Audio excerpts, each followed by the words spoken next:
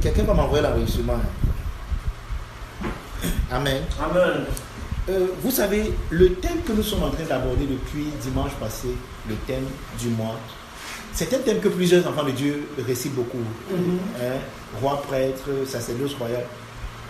Et ce matin, je veux toucher quelque chose d'important dans ce thème pour nous expliquer quelque chose. Vous savez que vous devez comprendre là où vous êtes. Nous sommes un ministère où nous enseignons nous seulement. Amen. Et je disais au pasteur Franck ce matin que mon message risque de ne pas être très beau pour certaines personnes qui n'aiment pas l'histoire.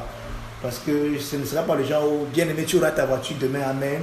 Alright. Tu vas te marier l'après-demain, alléluia. Amen. Ce ne sera pas le genre là ce matin. Donc ceux qui n'aiment pas l'histoire vont s'ennuyer, vont se sentir ennuyés. Pourquoi? Parce qu'en fait, je me suis rendu compte que, voici le thème de mon message, des rois prêtres au sacerdoce royal. Et pour ceux qui ont vu le thème dans la fiche, on va parler en fait de quoi? De l'union à la confusion. Vous voyez un peu. Amen. Donc ce sera important. God, give me my phone, my dollar. Try to open it if it's open. Amen. Amen. Ok. Maintenant, regardez. Le titre de notre homélie indique le fait qu'il y a eu une transition entre on a vu la semaine passée qu'il y avait bien deux offices, n'est-ce pas? L'office sacerdotal qui était tenu par le prêtre et l'office royal qui était tenu par le roi. D'accord? Mais on a vu qu'il y a eu un incident dans la vie du patriarche Abraham et que dans cet incident, Abraham a rencontré quelqu'un qui incarne les deux offices. Et cette personne s'appelait Melchisédek. D'accord? Amen. Voilà. Et on a passé le temps à prier par rapport à cela, à ce qu'on a vu dimanche passé. Donc, les deux, maintenant, je me rends compte que quand on parle des deux offices, il y a une confusion dans le christianisme. Surtout quand vous lisez ça dans le Nouveau Testament, vous vous rendez compte que, par exemple, le thème que nous donnons dans 1 Pierre 2, verset 9, comme on l'a donné, il dit que vous êtes une nation sainte, un sacerdoce royal. Vous vous rendez compte que c'est comme si, l'apôtre Pierre utilise le mot là comme si il définit, c'est-à-dire qu'un office décrit l'autre office. Un office décrit seulement un autre. C'est-à-dire que c'est comme s'il ne présente pas les deux offices comme étant distincts ou bien comme étant deux offices, mais c'est comme s'il dit un sacerdoce royal. C'est-à-dire que c'est un sacerdoce, mais qui se comporte comme si c'est royal. Amen. Mais c'est comme si ça ne montre pas qu'il y a le sacerdoce et il y a la royauté, comme deux offices différents. Mais c'est comme si c'est soit le sacerdoce qui est royal, soit c'est la royauté qui est sacerdotale. Parce que c'est comme ça que d'autres personnes prennent ça. C'est-à-dire que vous êtes les rois, c'est-à-dire que tu es en même temps roi, tu es en même temps prêtre. Et ça fait qu'à un moment, les gens sont confus. Et maintenant, ce matin, je vais vous montrer d'où vient cette confusion.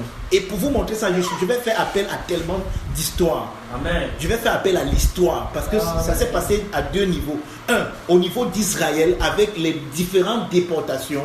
Et deux, avec la réforme qui a eu lieu au XVIe siècle.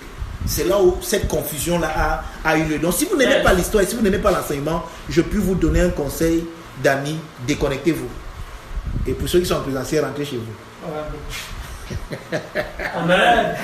Mais je vous dis la vérité que ça va vous aider. Parce que les gens parlent de roi prêtre, mais ne comprennent pas ce que ça veut dire roi prêtre. Ne comprennent pas la distinction qu'il y a entre le roi et le prêtre, entre le prêtre et le roi. Et c'est important de faire le distinguo. Sinon, on va amener tout dans la confusion et ça va vraiment nous confondre dans toute la confrérie. Parce qu'on dit quoi encore? La confréterie, bien sûr.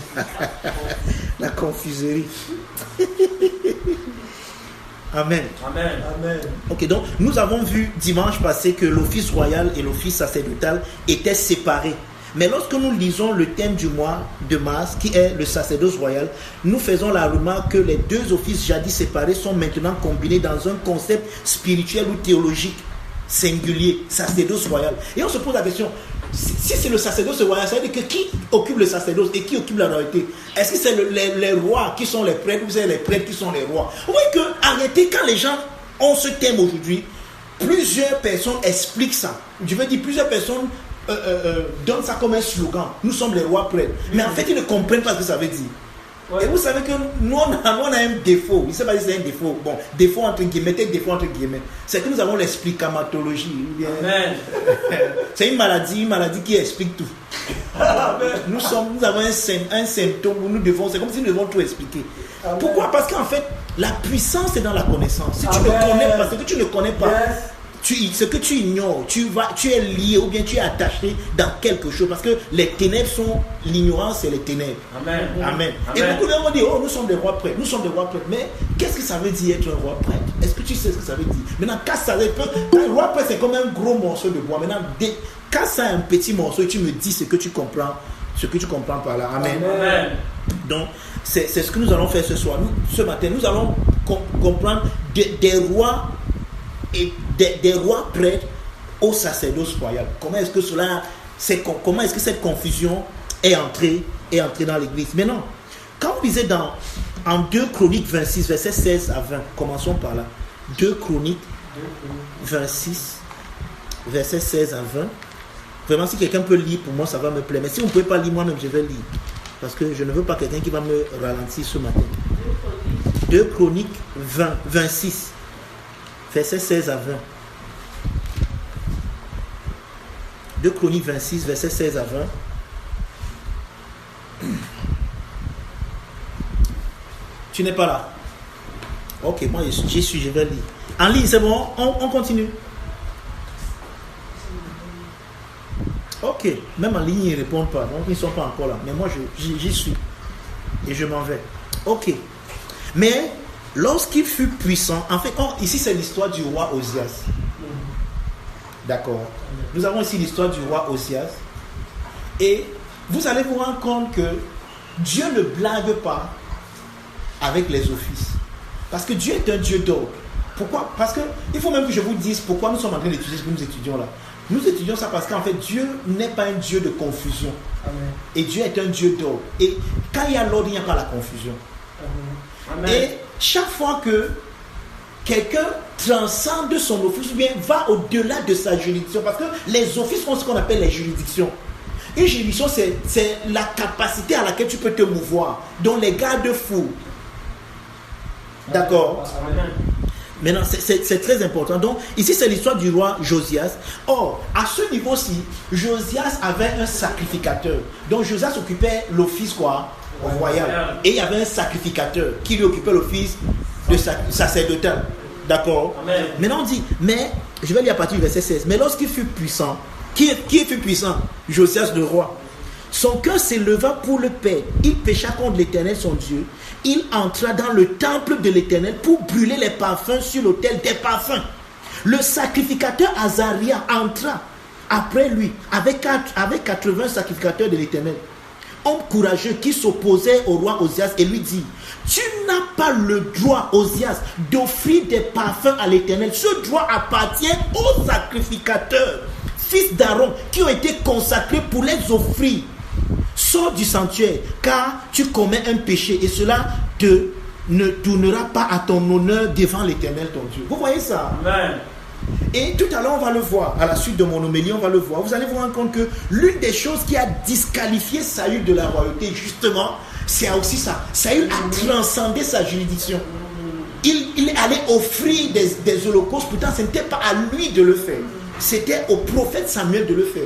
Amen. Pourquoi je commence par mettre un peu comme cet avertissement, juste pour vous montrer que ce que nous disons est important. Et la plupart donc de confusion que nous avons dans l'église aujourd'hui, et je vous ai dit dans l'introduction de mon propos que cela vient de quoi? Justement du fait qu'aujourd'hui on dit que nous sommes des rois prêtres. C'est beau, c'est un beau slogan, mais qu'est-ce que ça veut dire? Est-ce que tu veux me dire que je suis en même temps roi et prêtre? Quand on dit sacerdoce royal comme étant le thème de ce mois, qu'est-ce que cela veut dire? Est-ce que vous êtes en train de me dire que je suis prêtre ou je suis roi? Maintenant, si je suis prêtre, c'est quoi ma juridiction? Si je suis roi, c'est quoi ma juridiction? Amen. Justement parce qu'on ne comprend donc pas cette histoire de juridiction. Et je vais vous dire pourquoi c'est venu avec la réforme. C'est pour ça que vous allez voir que dans la plupart des églises dites protestantes, dites charismatiques et dites pentecôtistes, il n'y a pas de juridiction. N'importe qui peut se lever à n'importe quel moment, je suis apôtre. N'importe qui peut se lever à n'importe quel moment, je suis prophète. N'importe qui peut se lever à n'importe quel moment, je suis évangile. N'importe qui peut se lever. Donc, que chacun s'auto-proclame ce qu'il veut, ce qu'il pense. Il n'y a aucune juridiction, il n'y a pression, il n'y a aucun ordre. Chacun fait comme il pense, comme il veut. Amen. Oui. Ah oui. C'est important, c'est pour ça que nous étudions ce que nous étudions là. Chacun peut se proclamer ce qu'il veut. Oh, je suis l'apôtre désiré. Oh, je peux décider, je suis l'apôtre désiré. Et vous tous, quand vous êtes sous moi, vous commencez à m'appeler apôtre. Vous voyez, il y a ce désordre. Justement, pourquoi? Oh, si je comprends ce que c'est qu'un apôtre, parce que c'est ce qu'on dit ici est vrai. Vous voyez que Osias a transcendé une juridiction. Il est allé au-delà de ce qu'il devait faire. Et vous savez la suite. Osias est un mort lépreux. Vous lisez, on lit la suite, si vous voulez, on lit.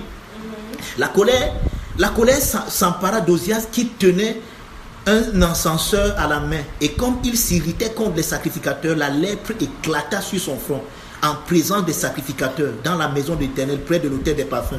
Le souverain sacrificateur Azaria et tous les sacrificateurs portèrent les regards sur lui et voici, il avait la lèpre au front et il le mit précipitamment dehors et lui-même se hâta de sortir parce que l'Éternel avait frappé. Le roi Osias fut lépreux jusqu'au jour de sa mort. Donc si vous pensez que ce n'est pas important ce que nous sommes en train de parler ce matin, vous vous trompez. Je sais qu'il y aura tellement d'histoires dedans et vous n'aimez pas l'histoire. Je sais, les chrétiens n'aiment pas l'histoire parce que pour eux, ça me sert à quoi? C'est ça qui me donne l'argent. Est-ce que ça va me donner la nourriture dans ma mamie tout à l'heure? Mais ça va te donner parce que comprends ta juridiction. Regardez. Est-ce que vous savez que plusieurs personnes sont mortes? Et c'est l'apôtre Paul qui le dit. L'apôtre Paul dit ça dans 1 Corinthiens. Il dit que c'est pour ça que certains d'entre vous sont morts, d'autres sont même morts parce qu'ils n'ont pas discerné le corps. Or, le même Paul nous présente dans le corps. Il dit que nous sommes comme un corps. Et chaque membre du corps a une place et une fonction. Et chacun doit rester dans sa juridiction. Si tu restes dans ta juridiction, tu vas créer des problèmes au corps. Et parce que tu crées des problèmes, quand tu ne discernes pas le corps, c'est comme ça que certains sont morts et d'autres même sont même malades. Amen. Yes. Tell us, Father. Tell us, Father. Voilà combien important ce que nous disons ce matin est. Amen. Parce que c'est que si je n'attire pas votre attention, il va nous raconter l'histoire là. Il va vous parler du peuple d'Israël, il va vous parler de la réforme. Ça me sert à quoi? Je suis membre de ça. Je bois ça. Tu bois ça, frère. Moi, je bois ça. Amen. Je suis debout. Je n'aime pas souvent vous dire ça, mais c'est juste pour vous montrer l'importance. Je suis debout depuis 3 heures. Jusqu'à présent, je ne suis pas encore couché. J'ai commencé à faire le message ici. J'ai commencé à réfléchir. Tu disais ça hier que je me suis assis hier pour parler parce qu'il veut parler et que je suis assis là. Je ne veux écrire rien. C'est à 3 heures que j'ai eu l'inspiration. C'est pour ça que c'est le matin que tu as vu le thème de mon message. Amen. Amen. Donc, c'est important, bien aimé. Dieu veut que tu comprennes ce que tu vas comprendre ce matin. Dis Amen. Amen. Hey. Amen. Amen. Maintenant, Amen. regardez. Et vous savez que je vous ai dit que les doctrines bibliques s'enchevêtrent, n'est-ce pas? Amen. Les unes vers les autres.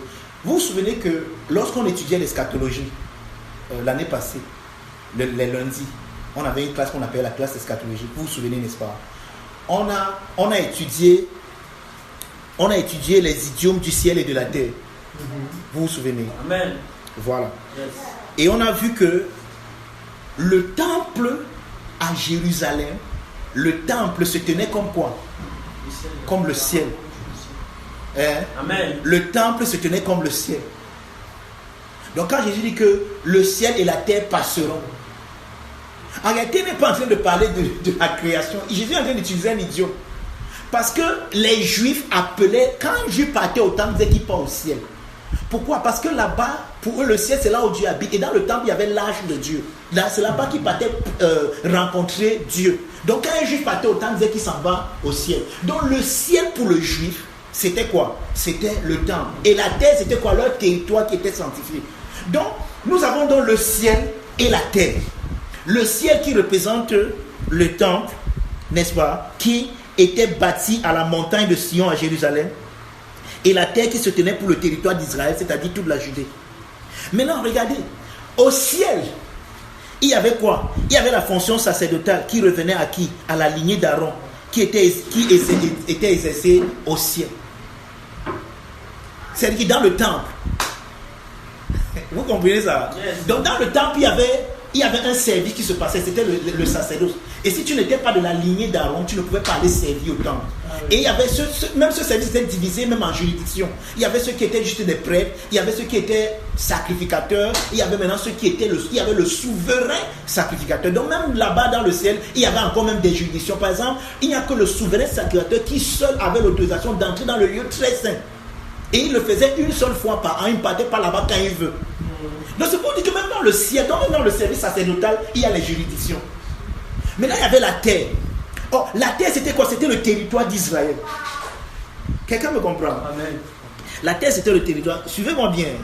Donc, tandis que la fonction royale qui revenait à la lignée davidique était exercée sur la terre, c'est-à-dire le territoire d'Israël. Donc, nous avons donc deux fonctions en Israël. Nous avions le ciel, où il y avait la fonction sacerdotale, et nous avions la terre, où il y avait la fonction royale. Ça veut dire que le juif, il partait au ciel, rencontrer Dieu, et il revenait sur la terre, exercer sa royauté. Yes. Donc, le roi avait besoin d'aller au ciel. Pourquoi? Parce que c'est au ciel qu'il reçoit la capacité, qu'il reçoit la pensée divine qu'il fallait implémenter sur la terre. Amen. Tell us that is right. Vous me comprenez? Amen. C'est vrai que mon message sera long, mais je veux quand même que vous me compreniez. Je ne veux pas courir. Vous comprenez? Ça veut dire quoi? Ça veut dire que ceux qui exerçaient la fonction royale qui était sur la terre dépendaient de ceux qui exercent la fonction sacerdotale qui était dans les cieux. Donc, ils partaient dans les cieux, recevoir, et vous comprenez bien ce que j'appelle les cieux, ils partaient recevoir la pensée de Dieu qu'ils vont implémenter sur la terre. En d'autres mots, le roi régnait sur la terre dépendamment de ce qu'il recevait du prêtre au ciel. Yes. Et tout à l'heure, on va voir que c'est ça le chemin même que nous devons avoir même jusqu'aujourd'hui. En réalité, vous venez ici. Ici, vous venez rencontrer un peu comme Dieu au ciel. Vous comprenez ça? Amen. Pour aller qui dans son commerce, qui dans son bureau, qui dans son entreprise, qui dans son ceci, implémenter Dieu afin que Dieu soit manifesté dans votre terre. Yeah. Votre terre, c'est le domaine dans lequel vous exercez. Father. Vous comprenez ça? Yes. Oh, maintenant, vous allez, je suis en train de vous montrer ce qui devrait se passer.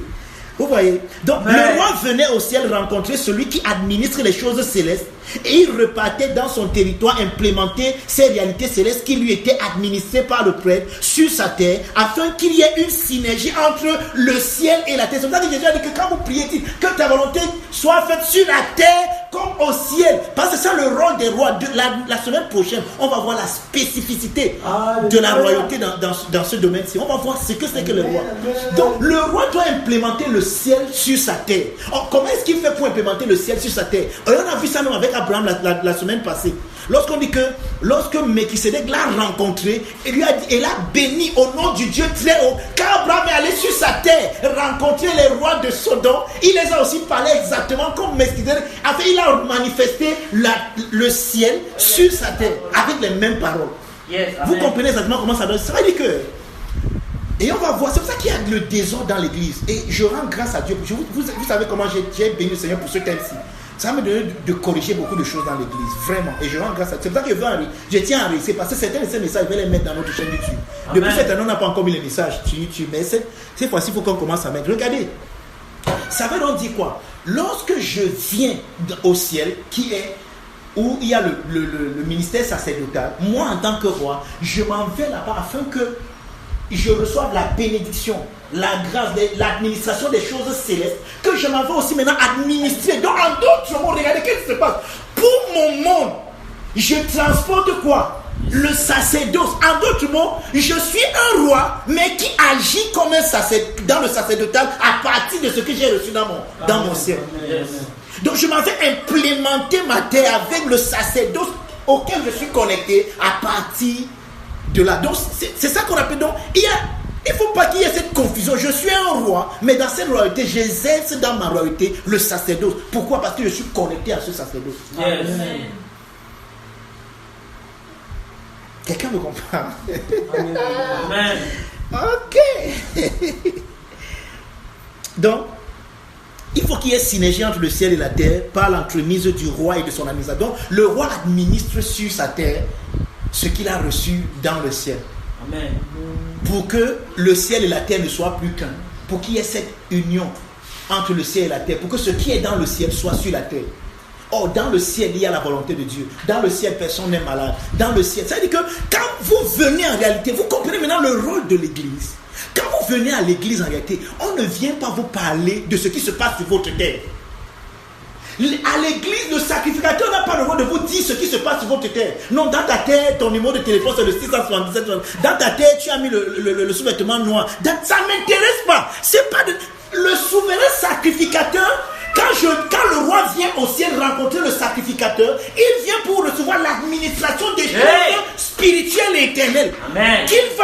Il sera rempli de cette dotation spirituelle pour aller influencer sa terre. Amen. Amen. Yes.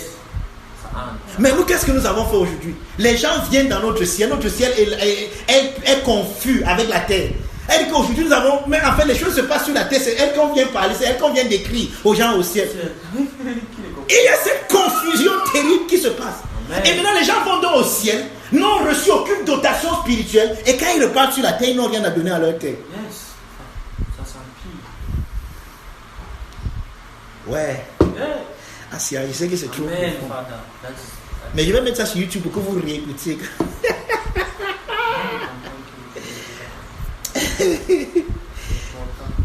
Donc, le ciel était administré par le sacerdoce aaronique et la terre était administrée par la royauté davidique.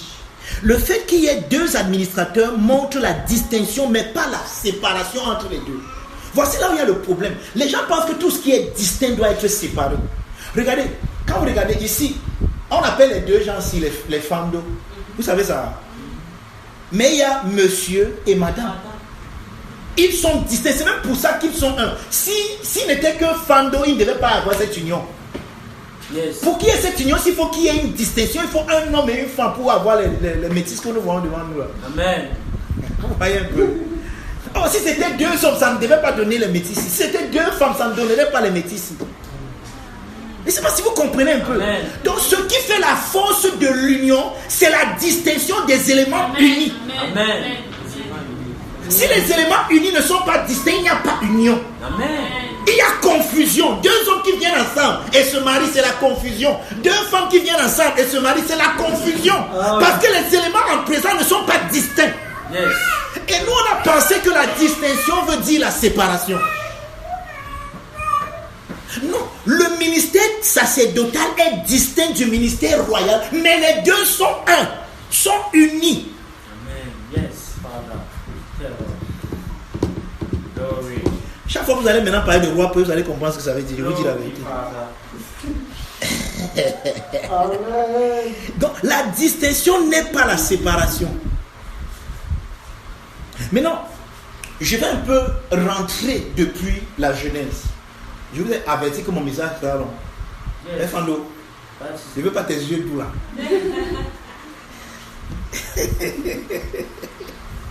Amen. Amen. Amen. Quelqu'un me comprend? Maintenant, regardez.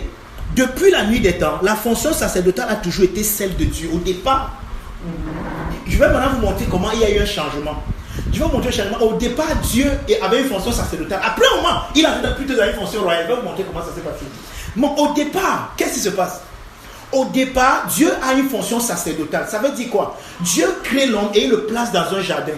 Et il dit à l'homme, par rapport à ce jardin, tu seras le roi de tout ce que j'ai créé. Yes. Mais ta royauté dépendra de moi. Ça veut dire que chaque jour, le soir, la voix de l'Éternel venait parcourir le jardin. L'homme communiait avec la voix. Hein? L'homme, Natou, tu veux quoi, mon fils? L'homme, pardon, suivez-moi bien. Moi, je ne te laisse pas distraire, donc laisse-le faire sa chose. Laisse-le, il ne te dérange pas. Regardez.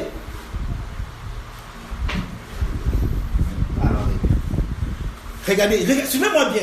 Suivez-moi, pardon. Je suis en train d'aller quelque part. C'est un voyage. Et chaque étape est importante. Regardez. Donc, au départ, l'homme avait la fonction royale. L'homme, ici, c'est Adam. Et Dieu avait la fonction sacerdotale. Ça veut dire que chaque soir, la voix venait en capacité l'homme, Yes. bénissait l'homme, et l'homme partait bénir la création. Amen. Vous comprenez ça? Amen. La voix venait chaque soir communier avec l'homme. Et quand ça communiait avec l'homme, ça lui... L'homme, maintenant dans cette communion, l'homme était en capacité. L'homme recevait la dotation spirituelle. Donc c'est comme si Dieu administrait le spirituel à l'homme au ciel. Et l'homme repartait maintenant sur la terre pour faire de la terre le ciel qu'il a reçu à partir de Dieu. Amen. Yes. Donc, qui occupait la fonction sacerdotale en ce moment? Dieu. Et l'homme occupait quelle fonction? Royale. L'homme était le roi sur sa terre et Dieu était le prêtre dans le ciel. Mais le prêtre et le roi se rencontraient le soir au niveau du jardin. Et on va voir dans le cours de cette série, on va voir cette rencontre, ce qu'on appelle les hôtels. On va voir l'hôtel. Ce n'est pas aujourd'hui, ce n'est pas demain. On va voir dans le futur. Vous allez comprendre l'histoire. On peut bâtir l'hôtel, Il y a plus, l'hôtel a été bâti depuis, on n'a plus rien à bâtir. On doit seulement reconnaître que l'hôtel est là. L'hôtel, c'est le lieu de rencontre entre le ciel et la terre. C'est simple, aussi simple que ça. Amen. Donc, dans cet hôtel, dans le jardin d'Éden, l'homme et Dieu se rencontraient. Dieu vient comme celui qui a la fonction sacerdotale et l'homme vient comme celui qui a la fonction royale. Le roi vient, il est béni par le sacerdoce et il s'en va implémenter le sacerdoce dans son monde. C'est pour ça que quand Dieu vient maintenant, donc, Dieu ne trouve pas l'homme au niveau de l'autel. L'homme est absent à l'autel. Je vais vous expliquer le péché à un autre niveau. On va y arriver. L'homme est absent à l'autel. Dieu vient, il est à l'autel. Il y a tout. Il y a les dotations spirituelles. Le roi ne se présente pas à l'autel. Amen. Yes. Quelqu'un me comprend? Ok. Donc, ce que nous voyons, maintenant regardez, ce qui se passe justement dans le livre de la Genèse est décrit également dans le psaume 115, verset 16. Dans le psaume 115, verset 16, il nous a dit on nous dit d'abord que les cieux des cieux sont à l'Éternel. Yeah. Et la terre, il a donné au Fils des hommes. Ça, c'était le fonctionnement des deux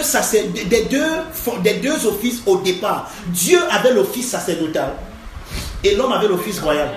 C'est-à-dire que Dieu et l'homme se rencontraient à un certain niveau, au niveau du cœur de l'homme, dans le cœur de l'homme. Et à partir du cœur de l'homme, Dieu infusait l'âme des dotations spirituelles et l'âme manifestait cela dans le corps. C'est un peu comme la morphologie de l'homme, l'esprit, l'âme et le corps. L'âme était le milieu, l'âme était le lieu où l'esprit et le corps se rencontraient. Donc l'âme était le lieu où le sacerdoce et la royauté se rencontrent au niveau du cœur. Amen. Et pendant qu'ils se rencontrent dans cet hôtel, le spirituel administre les choses spirituelles et à partir du cœur, le cœur administre ça au corps. Amen.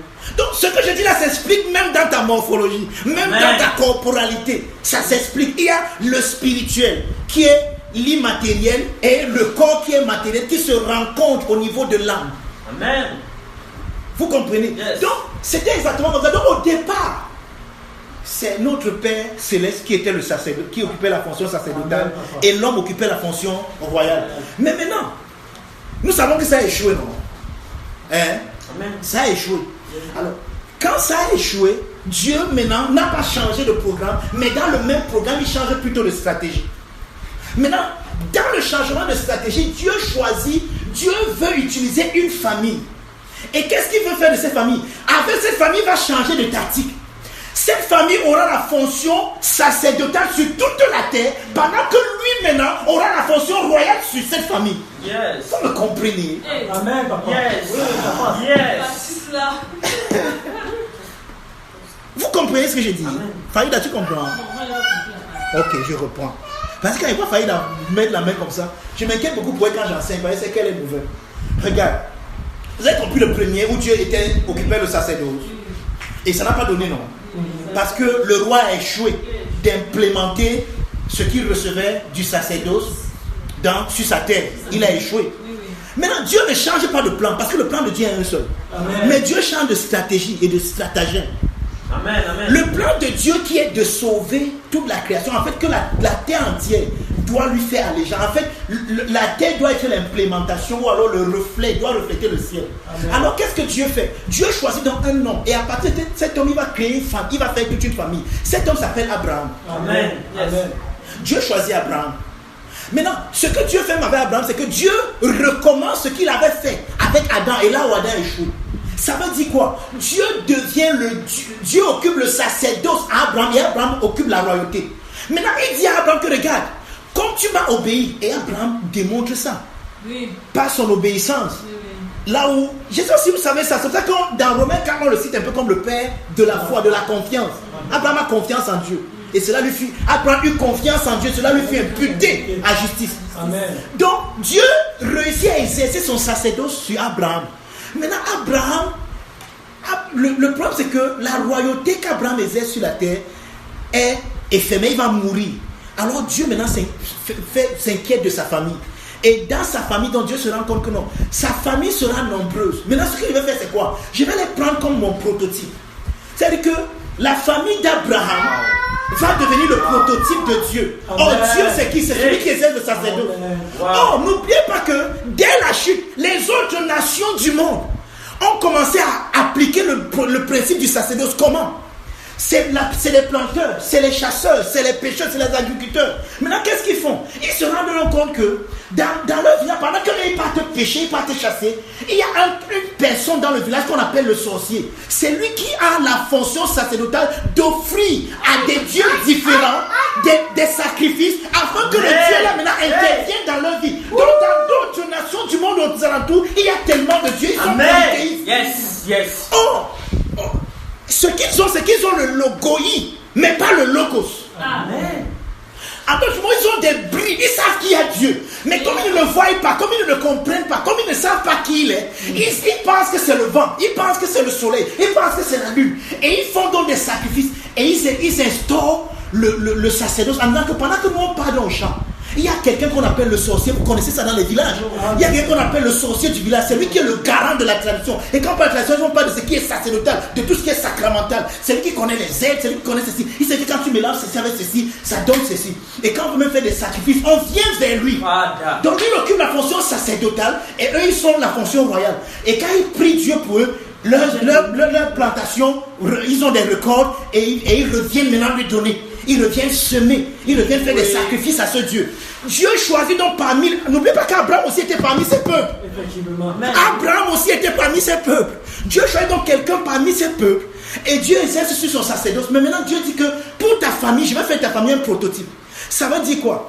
Ta famille, je vais les envoyer en mission. Même ils ne pourront pas aller en mission royale. Moi maintenant je vais changer de tactique.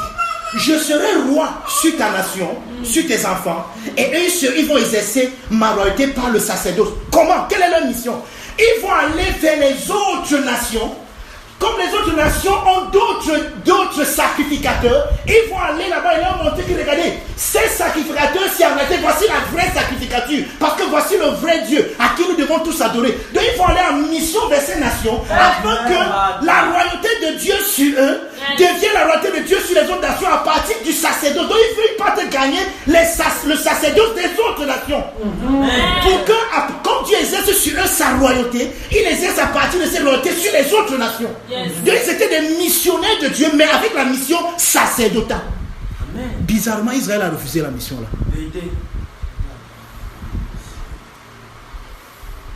Vous comprenez maintenant? Amen. Israël a refusé cette mission.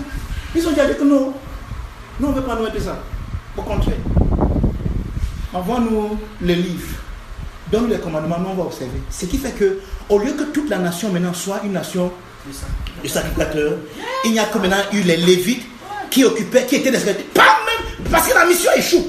Les Lévites ne sont pas sacrificateurs pour les autres nations, mais pour Israël même encore.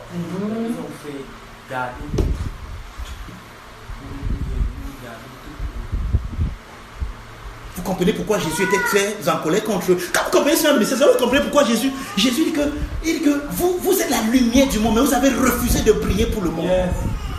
Dieu vous a donné quelque chose pour le monde, mais vous avez refusé de donner ça au monde. Vous avez gardé ça pour vous-même. Et que je vous dis que les nations vous incitez là, vous dites que c'est des païens là, ils vont vous dévancer dans le royaume de Dieu.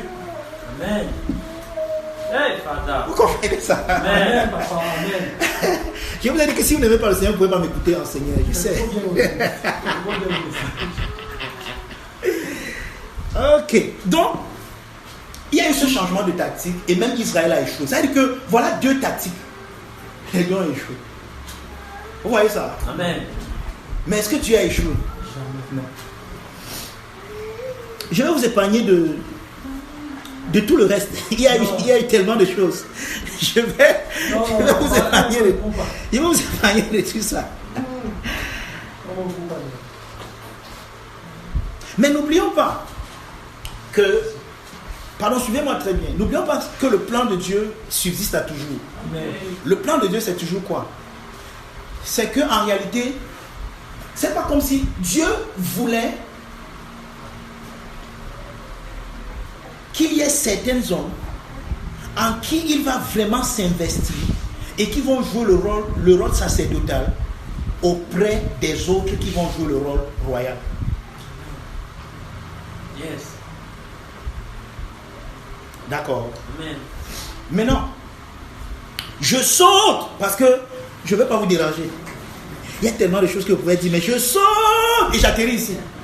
Bam! Le Fils s'incarne. Il y a trop de choses que je devais dire avant ça, mais je saute.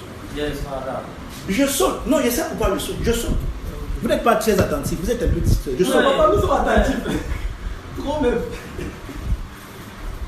Je saute et le Fils s'incarne.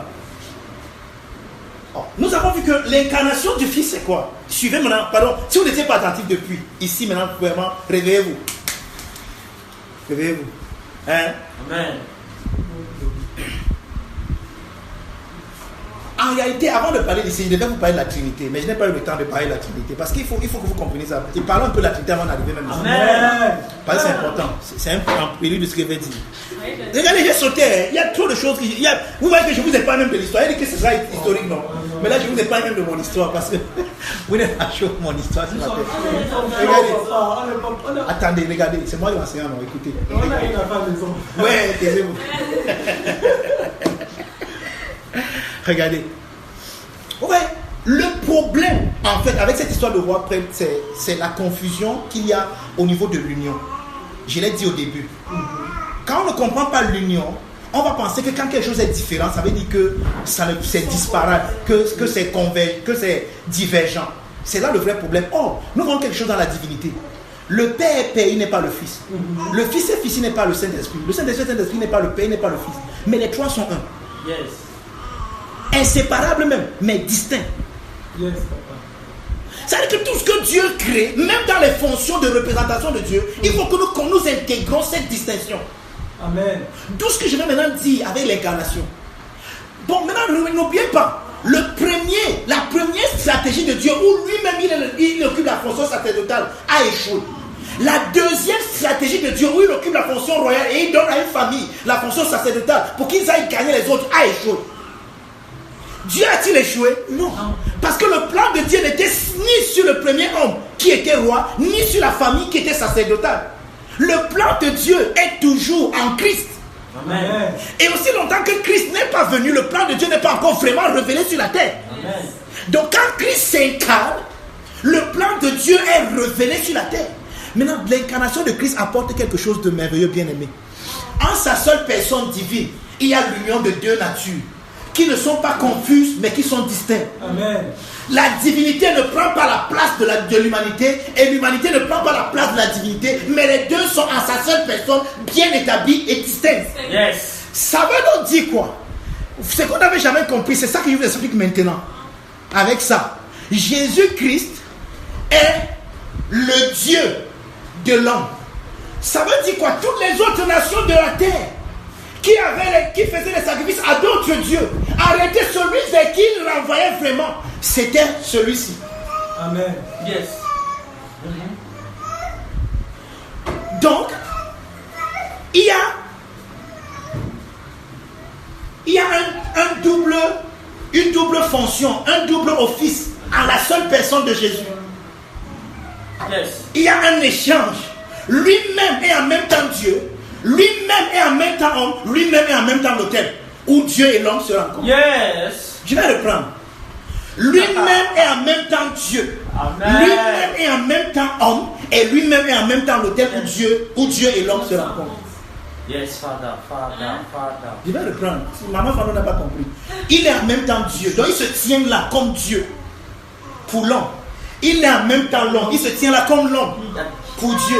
Et il est en même temps l'autel où Dieu et l'homme se rencontrent. Amen.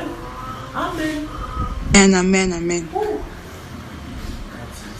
That is marvelous. J'ai envie de sauter, mais votre attitude me fait bizarre. Oh! Hey!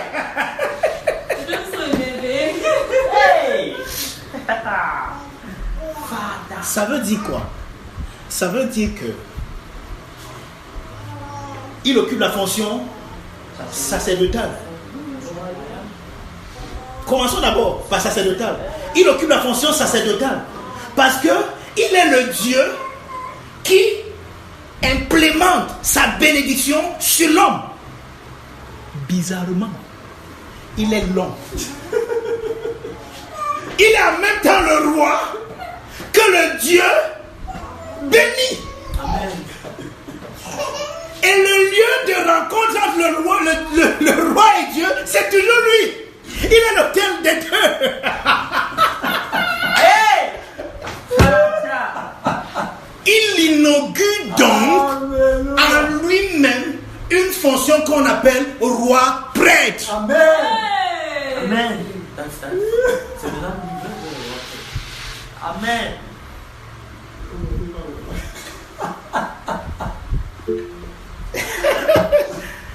Il l'inaugure. Donc avant Christ Jésus, il n'y avait pas de roi prêtre sur la terre. Amen. Il y avait des rois, il y avait des prêtres. Il y avait des fonctions différentes, mais il n'y avait pas de roi. Ah bon? Non. Melchisédek. On a cité Biz. C'est même pour ça qu'il faut qu'on parle de Melchisédek, en fait. Parce que quand vous lisez Hébreu 7, il nous parle Biz. Ouais, dans Genèse, c'est juste un incident, on le cite en passant. Mais dans Hébreu, il y a tout un chapitre. Paul met tout un chapitre pour lui dire que c'est un gars qui n'a ni commencement ni fin. Il n'a ni père ni mère. C'est là où vous comprenez que Melchisédek c'est qui? Et ne vous en faites pas, on va parler même de l'ordre de Melchisédek. Amen. Je vous ai dit que le mois-ci est rempli. Je vous ai dit que les 4 mois-ci sont remplis. Yes, Father. Les 4 mois-ci sont chargés. Donc, pour la première fois, donc, est-ce que vous avez compris ça? Yes. Christ incarné est le Dieu de l'homme, dont il est le prêtre du roi. Il est bizarrement, il est le roi du prêtre aussi. Donc, il est le roi. Ça veut dire que le prêtre bénit le roi pour que le roi ait implémenté sa terre. Mais bizarrement, Jésus-Christ est le prêtre. Et il est le roi qui est béni par le prêtre. Et il est le roi qui doit aller implémenter la terre. Et il est en même temps l'autel, le lieu de rencontre entre les deux. Yes. Yes. Si vous avez compris ça, je peux évoluer. Amen. Amen. Farid a dit que c'est compliqué. C'est compliqué, mais... Ouais, Seigneur. Farida, qu'est-ce qui est compliqué? Pourtant, on explique ça comme on explique là. Maintenant, regardez. Ça veut donc dire quoi? Donc, dans l'incarnation du Logos, nous avons l'union sans confusion des deux natures qui entraîne en lui une double fonction. Il est le Dieu de l'homme, office sacerdotal, et il est donc sacrificateur. Maintenant, regardez, il est sacrificateur. Or, sur la terre, il y avait déjà une sacrificature. Et il est né dans cette nation qui avait déjà une sacrificature. Qui était la sacrificature de quoi? D'Aaron. Mais bizarrement, c'est que les sacrificateurs qui étaient dans cette sacrificature n'étaient pas permanents. Parce que dès qu'ils mouraient, il fallait qu'on les remplace par quelqu'un d'autre. Donc, si lui, il est donc sacrificateur, il faut qu'il introduise un autre sacerdoce qui est différent du sacerdoce d'Aaron. Amen. Or, il est naturellement né de Judas. Et Judas n'était pas sacrificateur en Israël.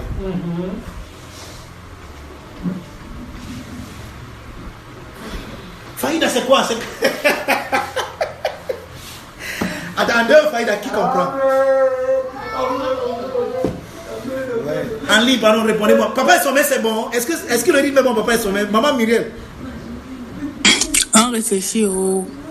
Vous réfléchissez. Si vous aussi vous réfléchissez, ça veut dire que c'est grave. Hey.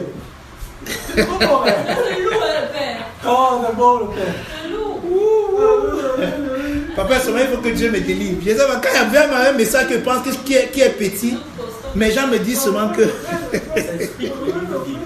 ça explique le livre de Dieu, comme tu veux. Regardez, Faïda, tu vas comprendre. Je suis sûr que tu vas comprendre. Le Seigneur t'accorde la grâce de comprendre. Amen. Je prie que tu comprennes. Je prie que tout le monde comprenne. C'est important. Regardez. Vous avez quand même compris ce que j'ai dit au début. Les stratégies Amen, où Dieu était en même temps, il occupait la fonction sacerdotale, après il a occupé la fonction royale. Ah, tu as compris aussi l'incarnation en Jésus, comment il est en même temps Dieu, hein? Et comment il est en même temps l'homme, et comment il est le lieu de rencontre où l'homme là qu'il est et Dieu qu'il est se rencontre en lui. Ah, vous avez compris ça? Mais c'est fini, ça me met ça, non? Maintenant regardez, voici comment je vais maintenant expliquer ça. Ça veut dire que quand on parle de roi prêtre, on parle de Jésus-Christ. Il est roi dans ce sens qu'il est l'homme qui est béni par la divinité en lui. Et il est sacrificateur, il est prêtre parce qu'il est l'homme qui vient. Donc quand l'homme veut venir recevoir, rencontrer le divin, c'est toujours en lui, non? Oui, oui. Vous comprenez ça? Oui, oui. Donc le fondement de ce slogan roi prêtre est christique. Ça part de la personne de Jésus. Amen. Jésus est venu sur la terre. Maintenant, j'étais en train de vouloir parler de son sacerdoce. Pourquoi on voit que c'est différent du sacerdoce aaronique d'Aaron? Parce qu'il y avait un sacerdoce. Et le sacerdoce a ceci, c'est que non seulement le sacerdoce doit amener l'homme à connaître Dieu, mais le sacerdoce également offre des sacrifices à Dieu. Le sacerdoce entretient la relation que l'homme a avec Dieu à partir des sacrifices et de tout ça. Ça veut dire que si lui est sacrificateur, il doit offrir des sacrifices. Premier mois de cette année, on a dit qu'il est entré dans le vrai sanctuaire. Vous vous souvenez de ça? Si vous oubliez cette année, moi j'enseigne continuellement. Donc si vous avez oublié, c'est votre problème. Moi, mon enseignement est continuel. Fallait dire qu'elle n'était pas encore là. Et regardez, ça veut donc dire quoi? Regardez, ça veut donc dire qu'en lui est exercée en même temps la fonction sacerdotale et la fonction royale en Jésus-Christ. Si ça vous avez compris, on peut continuer. Amen. Ok, regardez alors. Maintenant, il est donc quel genre de sacerdoce? Il est donc quel genre de sacrificateur? Parce qu'il n'est pas sacrificateur selon l'ordre d'Aaron. Il est donc quel genre de sacrificateur? C'est pour ça que maintenant, pour parler de la spécificité de son sacerdoce, parce que n'oubliez pas, le sacerdoce avait la responsabilité d'implémenter la loi sur le roi, afin que le roi aille implémenter ça sur le peuple. Pour bien comprendre ce que je suis en train de dire là, quand vous lisez dans Samuel, vous allez voir que la première fois que quelqu'un a occupé les fonctions royales en Israël, c'était Saül. Or, Saül n'était pas le roi qu'il voulait être. Saül n'allait pas dire au peuple de faire comme il veut, quand il veut, comme il veut. Saül dépendait du sacerdoce qui était occupé par Samuel, qui était en même temps prophète à l'époque. Donc c'est Samuel qui a enseigné que voici la volonté de Dieu, voici comment Dieu veut, voici la direction que Dieu veut que maintenant vous partiez. Et Saül maintenant, il partait maintenant dit au peuple que Dieu veut qu'on aille à gauche. Oui, oui. Mais comment il sait que Dieu voulait qu'on aille à gauche? Parce qu'il est allé en contact avec le sacrificateur qui lui a donné la pensée de Dieu et lui pas implémenté ça sur la terre. Donc il est parti dans le ciel et il allait implémenter la volonté du ciel sur la terre. Amen. Mais Saül avait échoué, comme Adam. Parce qu'il n'a pas pu manifester la volonté de Dieu sur sa terre. Il a commencé à gérer la terre comme il veut. Et c'est l'un des problèmes que nous avons dans les églises aujourd'hui et dans la plupart des milieux. C'est que, ou même dans le monde séculier, parce que la terre ici, ça parle de ce qui est séculier. Et on va voir ça. La terre ici, ta terre, c'est ta société, c'est ton entreprise. Et comme on va le voir, là maintenant je suis en train d'abord de parler de la spécificité du sacerdoce. On va parler tout à l'heure de la spécificité de votre royauté. Vous allez comprendre ce que vous avez dit quand on dit que vous êtes le roi. Oui, ça vous avez dit que je suis prêtre roi, je suis prêtre roi, je suis prêtre roi. Mais ils ne savent même pas ce que ça veut dire. Oui, je suis roi prêtre, je suis roi prêtre. Mais quand on regarde sa terre, il n'y a rien de Dieu dedans. Vous comprenez quand il dit pas de sa terre? Là où il vit autour de lui, dans sa famille, dans son entreprise qu'il gère, là où il est employé, il n'y a rien de son ciel là-dessus. Mais il dit qu'il est roi prêtre. Tu es quel genre de roi prêtre? Oh, Father. Hey, Father. Tu es comme ça, tu es comme Adam. Tu es absent à l'hôtel. Dieu est venu à l'hôtel, tu ne t'es pas trouvé. Amen. Merci, Père. Tu as Harmatia. Oh Seigneur, aide-moi vraiment à expliquer ces choses. Amen. C'est comment dire que homme de Dieu, tu ris trop. Je ne vais pas rire, tu vas faire comment? Quand Dieu rit, vous ne voulez pas qu'il rit. Et regardez comment, voir le père il rit. Vous voulez que moi il pleure comment? Il ne peut pas pleurer quand lui rit. Maintenant, regardez. Continuons, hein. C'est pas rien. Je suis en train de casser. Est-ce que vous savez que je suis en train de vous donner la version maternelle de mon enseignement ce matin? C'est-à-dire que si je prends le même enseignement, si j'enseigne ça là où il y a les pasteurs, vous allez vous étonner si c'est le même enseignement même que vous êtes en train de recevoir. Je suis en train de casser ça, d'amener ça bas. D'ailleurs, même un jour, je vous ai prévenu qu'il y aura l'histoire dans mon... Vous voyez que j'ai enlevé toute l'histoire dans mon enseignement. Il n'y a plus l'histoire. Vous savez que ça va vous déranger, il n'y a pas l'histoire dans mon enseignement. Regardez. Maintenant, Jésus a fait quelque chose de merveilleux dans l'apôtre Paul. L'apôtre Paul nous dit ça dans Éphésiens chapitre 4. Ça commence à devenir encore sérieux. Mais tout à l'heure, il dit que c'était sérieux. Maintenant, c'est encore plus sérieux. Regardez. On dit qu'étant monté, il a fait des dons aux hommes et il a mené des captifs.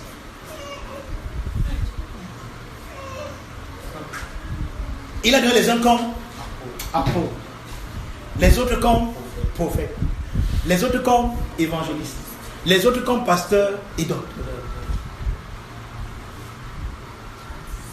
Ça veut dire que Jésus, qui savait qu'il faut qu'il y ait de l'ordre dans son corps qui est l'Église, n'a pas laissé son corps dans le désordre.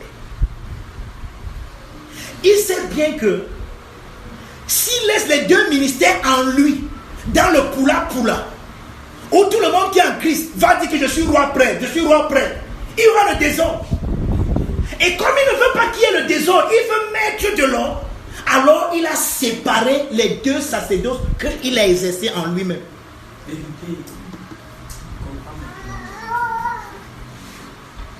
Excuse-moi de vous le dire, vous, tout le monde n'est pas prêtre. C'est seulement dans les églises pentecôtistes, charismatiques et protestantes où tout le monde pense qu'il est prêtre. Tout le monde n'est pas prêtre.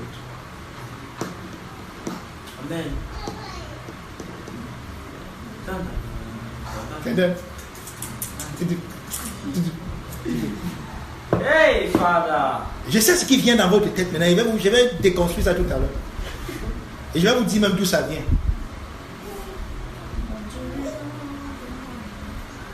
Mais on me dit, qu'est-ce que tu veux dire? Tu veux dire que, est-ce que tout le monde n'a pas sa relation personnelle avec Dieu?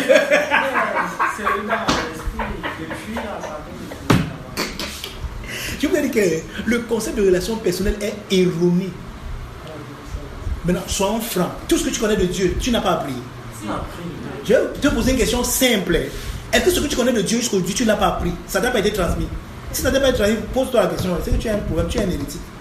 Sérieux. Si tu n'as pas appris, c'est que tu es un hérétique. Je te dis la vraie vérité. Maintenant, regardez. C'est là où je vais un peu rentrer encore dans l'histoire, avec ce qu'il vient de dire. Ceux qui occupent la fonction sacerdotale, ce sont ce qu'on appelle les dons domata. Domata, les dons d'ascension. C'est eux qui occupent la fonction sacerdotale. Hein, mon pasteur? Amen. Chaque jour, je me regarde. Je sens que tu as mis une question. C'est eux qui occupent la fonction sacerdotale. Et les autres occupent la fonction royale. Maintenant, revenons un peu, puisque tout à l'heure parlait un peu de la spécificité de ce sacerdoce, en disant que c'était plus un sacerdoce selon Aaron, mais que c'est un sacerdoce selon Melchisédek, et qu'on va expliquer. Parlons un temps soit peu de la spécificité de cette royauté aussi.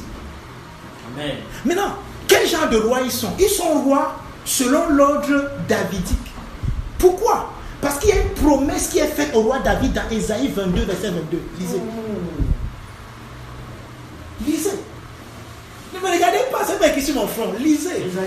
22, verset 22. Lisez, ouais. Et quand on retrouve dans Apocalypse 3, verset 7. La même promesse. Encendolo, ouais. Oh, oh. Encendolo. Vous n'êtes pas là, personne n'a trouvé. Ésaïe 22, verset 22. Et Apocalypse 3, verset 7. Oui, je mettrai sur son épaule la clé de la maison. La clé de la maison de David. Frère, excusez-moi de vous dire ça.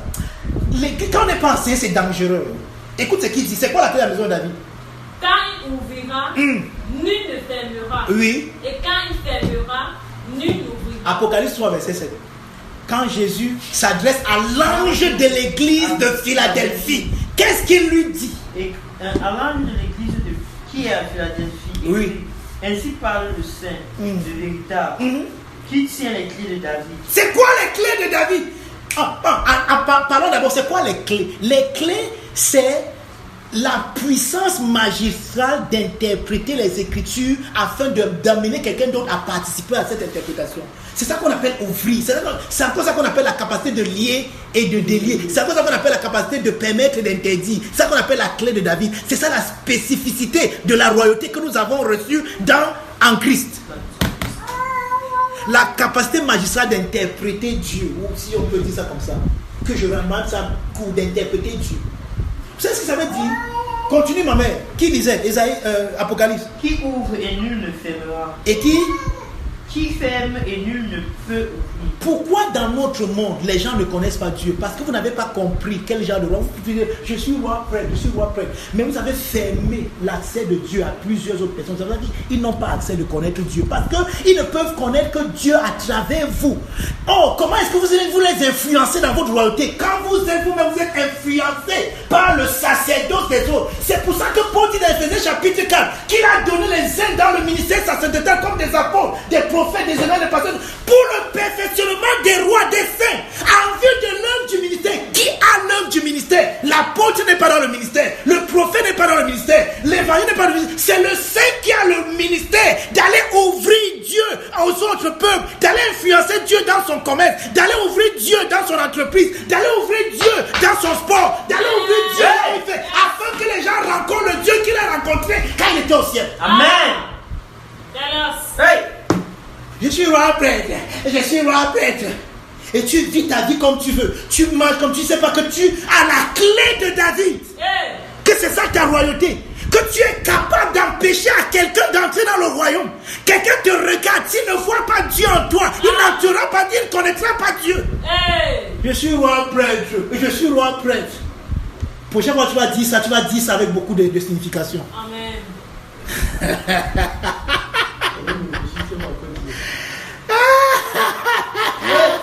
C'est un message. Yes. Dans ton entreprise, les gens te rencontrent. Mais comme tu ne comprends pas ce que ça veut dire que tu es un roi prêtre, tu ne comprends pas que tu as une mission. Tu n'es pas là-bas pour un salaire. Soit dit en passant. Tu n'es pas là-bas pour un salaire. On ne t'a pas recruté dans cette entreprise pour te donner un salaire. Tu es roi prêtre. Tu es en mission.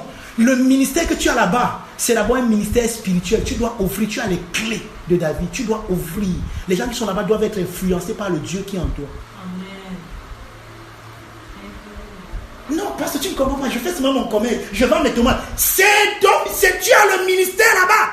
Tu rencontres les hommes et les femmes là-bas. Influence-les. Ouvre. Parce que si tu nous... C'est pour ça que Paul pose la question. Comment croiront-ils si personne ne prêche? Comment ils vont croire? Paul était au courant de cette clé de David, de cette royauté spécifique que nous avons. C'est nous qui devons ouvrir l'accès. C'est pour ça que je vais vous dire qu'on ne vous mente pas. Non, il n'y a pas besoin. Non, croyez seulement en Jésus. Vous n'avez pas besoin. C'est pas vrai. Il y a des gens qui, s'ils te rencontrent, ils ne rencontreront jamais Jésus dans leur vie. Amen. Il y a des gens où les portes de Dieu ne seront jamais ouvertes dans leur vie jusqu'à ce qu'ils te rencontrent. Parce que ta royauté, c'est ça ta royauté. C'est ça la royauté que nous avons dans ce temps-ci. Nous avons la royauté avec les clés de David. Nous avons la royauté davidique. C'est nous qui avons les clés. Si nous n'ouvrons pas, personne n'entre. Voilà la raison. C'est pour ça que quand Paul a compris ce que vous dites, que malheur à moi si je n'annonce pas l'évangile. Et que je fais tout pour l'évangile afin d'y avoir part. Amen, amen, amen, amen, amen. Yes. Je suis roi prêtre. Oh les rois prêtres. Les rois prêtres. Ouais. Chaque fois que les chrétiens sont ignorants de quelque chose, ils vont citer ça comme un slogan. Et parfois, en répétant le slogan, ils vont se dire que je connais. Je suis dit qu'avant le message, il disait que le docteur ne peut pas être roi prêtre. I know that thing. Je suis un roi prêtre. Tu connais ta royauté. Je n'ai pas encore commencé même. Je n'ai pas encore commencé. Ici, je te donne les bribes. Quand il va entrer dans la spécificité de cette royauté-ci. Ah, il y a des choses que tu vas comprendre que tu ne connaissais pas de toi. Tu as les clés de David. C'est ça la spécificité de la royauté que nous avons en Christ. Ok. Je vais vous poser une question très simple. Vous pensez qu'on peut connaître Dieu en dehors de Christ? Il dit lui-même quoi? Personne n'a jamais vu. Mais le Fils unique qui est dans le sein du Père, celui qui est venu faire son exégèse, qui est venu le faire connaître. C'est vrai? Hein?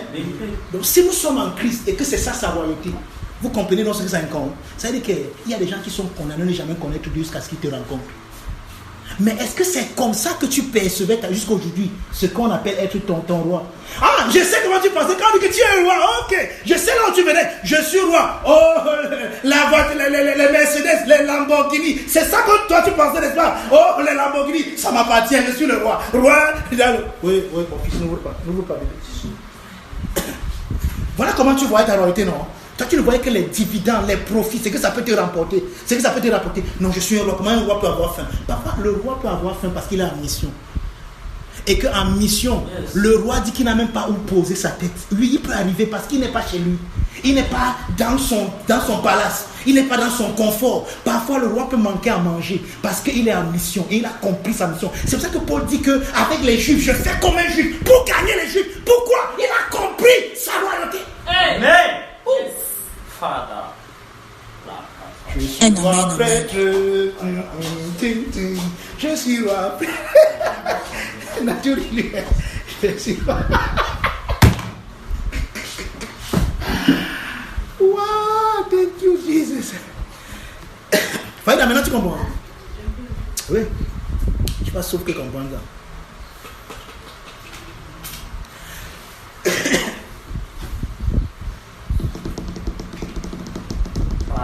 Maintenant, qu'est-ce qui s'est passé? Pourquoi cette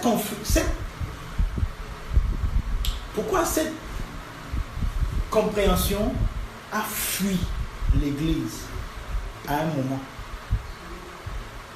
Ça a commencé avec la réforme du XVIe siècle. Bon, j'ai déjà donné mon message. Maintenant, je vais donner l'histoire. Si ça t'intéresse, tu peux dormir si tu veux. Ça te regarde. Amen. Amen. D'où est-ce que nous avons eu cette mauvaise compréhension et où est-ce que la confusion a commencé? Elle a commencé ici. Ouais, la plupart des réformateurs étaient des moines de l'église universelle, qu'on appelle encore l'église catholique. D'accord? Un moine, ça veut dire que quelqu'un qui est dans le sacerdoce. Mais ils ont remarqué l'état de ce sacerdoce-là. Et ils ont voulu le réformer. C'est-à-dire qu'ils ont voulu changer. Par exemple, si vous lisez les 99 thèses que Martin Luther avait plaquées sur l'église de Wittenberg en Allemagne, vous allez voir, il essayait de réformer l'église. Il disait par exemple qu'il est contre la vente des indigences, il est contre telle chose. Donc, il voulait réformer. Mais le problème, voici comment, ce qui a transformé leur réforme, c'est que leur réforme est devenue après un moment une protestation. Et c'est devenu une protestation à partir de cinq axiomes qu'on peut encore appeler les 5 solas. Donc, au lieu de réformer, ils ont commencé à se tenir contre. Et cela est venu pourquoi? Parce qu'on les a excommuniés. Oh,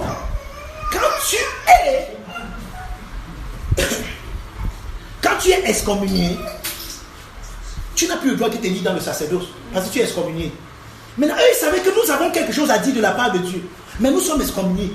Comment on fait donc pour être légitime? Alors, pour être légitime, on doit faire l'exégèse. Vous comprenez l'exégèse, non? C'est cette doctrine d'interprétation où j'impose ma pensée sur le texte. Alors, ils se sont dit quelque chose. Ils se sont dit, ok, dans l'église universelle, l'écriture repose sur 3 piliers. Je veux dire, la parole de Dieu repose sur 3 piliers. L'écriture, la tradition et le magistère. Maintenant, le magistère les a excommuniés. Alors, ils se sont dit, ok, qu'est-ce que nous on fait? Pour montrer notre désaccord avec le magistère, nous on laisse le magistère, on laisse la tradition, on prend l'écriture. Donc, la parole de Dieu pour nous, c'est seulement l'écriture. Et ils ont appelé ça comment? Sola Scriptura. Donc, il n'y a que l'écriture qui est la parole de Dieu, ce qui n'est pas vrai, c'est faux. Parce que l'écriture qui n'est pas interprétée par le magistère et la tradition n'est pas la parole de Dieu. Vous comprenez ça? Amen. Bon, ça c'était un job, c'était gratuit. C'est pas ça qui nous intéresse ce matin, mais je viens dire ça comme un job. Ils ne se sont pas seulement arrêtés là. Ils sont... Attendez, l'homme revient sans son bord. Attendez qu'il dit maintenant. Donc le principe doctrinal, c'est la sola scriptura. Maintenant, ils ont également eu un principe sotériologique. Il n'y a pas de salut en dehors de l'église. Vous croyez en ça? Les pères de l'église disaient que nul ne peut avoir Dieu pour père s'il n'a l'église pour mère. Ça veut dire quoi? Ça veut dire qu'aucun de vous ne peut croire sans un membre de l'église. Donc sans l'église, parce que l'église c'est un corps. Et il y a les membres. Et les membres représentent le corps. Donc il n'y a pas de salut sans l'église. C'est ce que l'église disait. L'église universelle catholique disait. Joyeux anniversaire à qui, mon fils? Oui, c'est l'anniversaire de la parole. Oui, je suis d'accord. Regardez. Maintenant, regardez. Eux, donc, maintenant, il faut qu'ils protestent. Ils doivent être authentiques. Parce que ils doivent prêcher un salut, mais ils ne peuvent plus prêcher le salut en incluant l'église. Parce qu'on va leur dire que vous n'êtes pas l'église. Alors maintenant, ils doivent exclure l'église, l'ecclésiologie dans leur salut. Alors ils ont créé ce qu'on appelle le sola fide. Et ils ont dit que seule la foi sauve. Mais même Paul a dit que ce n'est pas la foi seule qui sauve. Paul, vous êtes sauvés par la foi, par la grâce au moyen de la foi. La foi c'est le moyen. Mais il dit que la grâce de Dieu, source de salut pour tout. Oh, qui administre la grâce de Dieu? L'église. Par les sacrements. Vous savez ça. Si vous ne le savez pas, je vous le dis.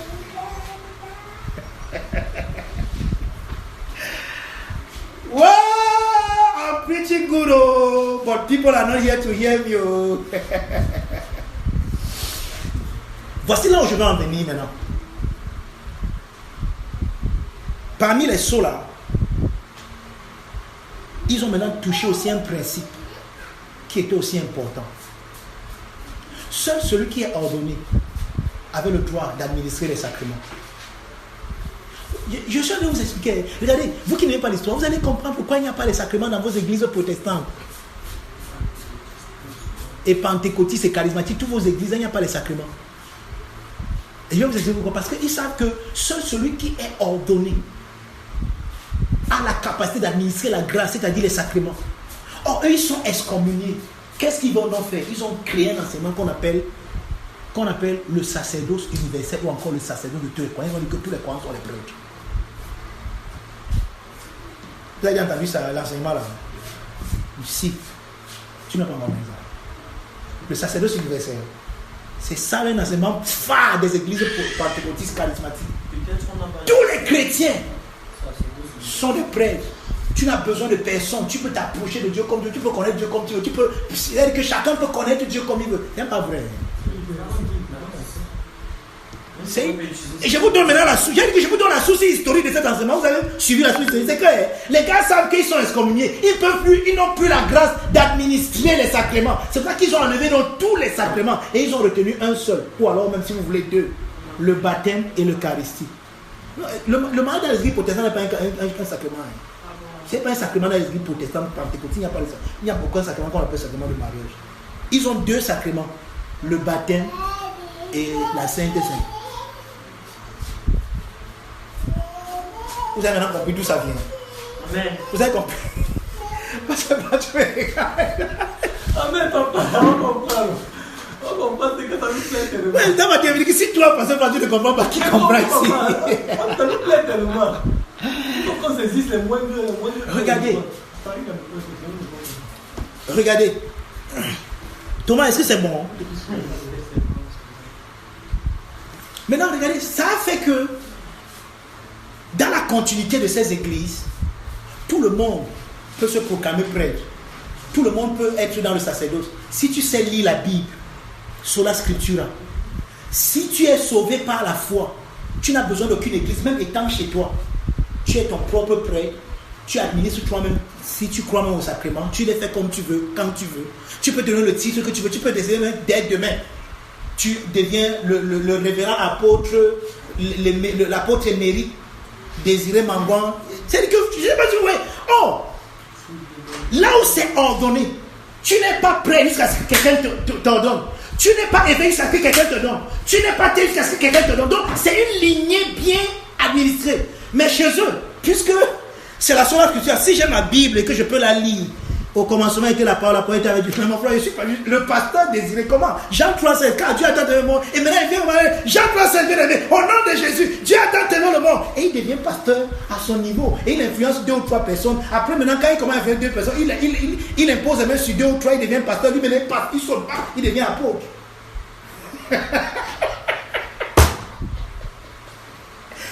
Pour se différencier de ses pasteurs, lui maintenant il prend le titre d'apôtre. Tout ça dans le désordre. Et cette confusion est venue par quoi? Par le fait que les gens n'ont pas compris que Jésus... Oh, quand vous lisez 1 Corinthiens 12 et Romains 12, l'apôtre Paul parle du corps et il montre que dans le corps, il y a des juridictions. Chacun doit être à sa place. Et tout à l'heure, au début de mon homélie, je vous ai lu un passage où je vous ai montré que quelqu'un qui enfreint sa juridiction peut entrer dans les problèmes. Je vais vous dire quelque chose. Quand Dieu m'a appelé, il m'a appelé dans le ministère apostolique. Si je ne vous ai jamais dit ça, je vous le dis aujourd'hui. En réalité, je suis un apôtre de Jésus, mais je ne peux jamais me proclamer apôtre parce que je connais la juridiction. Si je le fais un jour, sachez que je suis fini, je suis mort. Comprenez-moi bien. Si un jour je vous demande de m'appeler apôtre de Désir, sachez que c'est ma mort. Bientôt, elle va mourir. Je vais partir. Parce que je connais ces choses, je ne peux même pas jouer avec. Quelqu'un qui me suit doit reconnaître mon ministère apostolique et m'introduire dans l'apostolat. Ce n'est pas lui qui fera de moi un apôtre. Personne ne fera de moi un apôtre. Je suis apôtre. Mais je ne peux pas entrer dans les prérogatives du ministère apostolique jusqu'à ce que quelqu'un m'y introduise. Voilà combien ce que je vous dis ce matin est important. Amen. Amen. Voilà combien ce que je vous dis ce matin est important. Donc quand tu ignores ces choses, tu vas aller porter un titre. Parce que n'oubliez pas, dans le royaume des cieux, les mots qu'on fait les images, qu'on fait quelque chose. Quand tu dis apôtre tel, si tu n'as pas encore le sous-bassement pour ça, si tu n'as personne qui t'y a introduit, tu es comme quelqu'un qui dit qu'il est quelque chose, mais il est dans les airs. Boy, ça va te ramasser.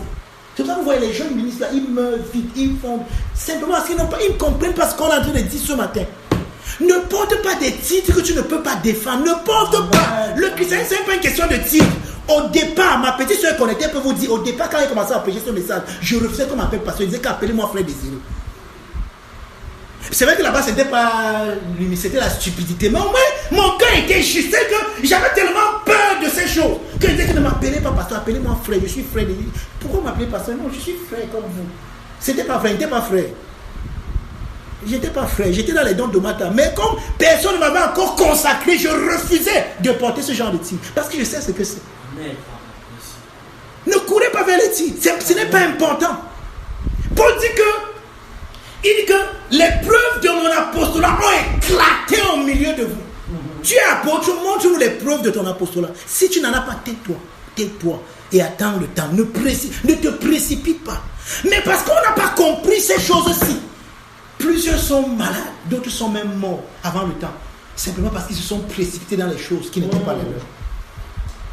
Je sais que mon message n'était pas très bon ce matin, mais Asia, pour vous, je vous avais averti que ce ne sera pas. Tu vas recevoir ton mari ce matin, tu auras des enfants, tu auras une femme, tu auras une voiture. Et ouais, la royauté que nous avons est si importante que personne ne l'a dévoilée au milieu de nous. Non, on dit que bien aimé, dis avec moi, je suis le roi.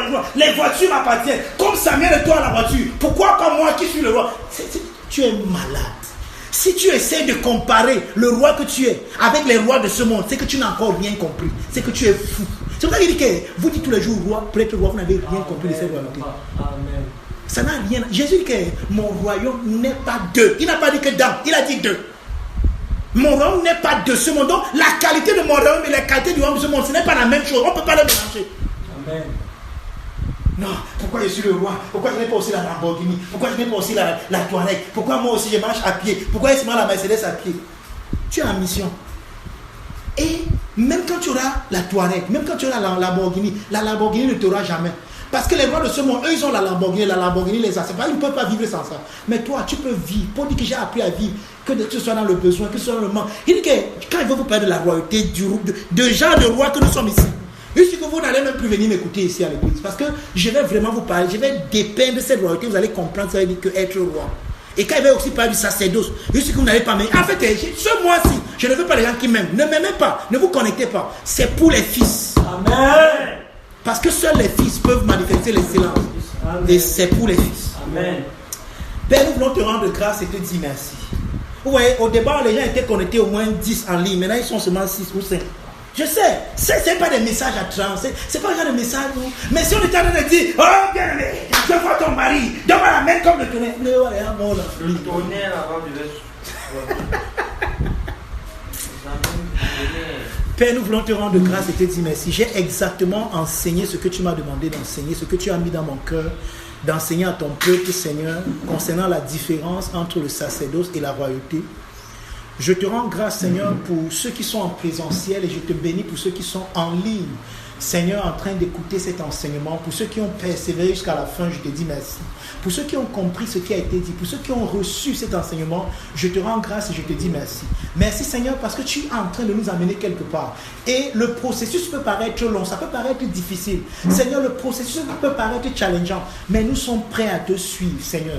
Nous sommes prêts à aller avec toi. Entraîne-nous, châtie-nous, éduque-nous, Seigneur. Le châtiment peut être dur, ça peut paraître difficile, mais nous sommes prêts, Seigneur, à être ces fils qui vont révéler le Fils, Seigneur, dans ce monde. Nous te rendons grâce, Seigneur, pour la spécificité de ce sacerdoce en Christ et pour la spécificité de cette royauté. Nous te bénissons parce que quand nous allons dire dorénavant que nous sommes des rois prêtres, nous comprendrons vraiment ce que cela veut dire. Nous te rendons grâce et nous te disons merci au nom merveilleux de Jésus. Amen. Amen.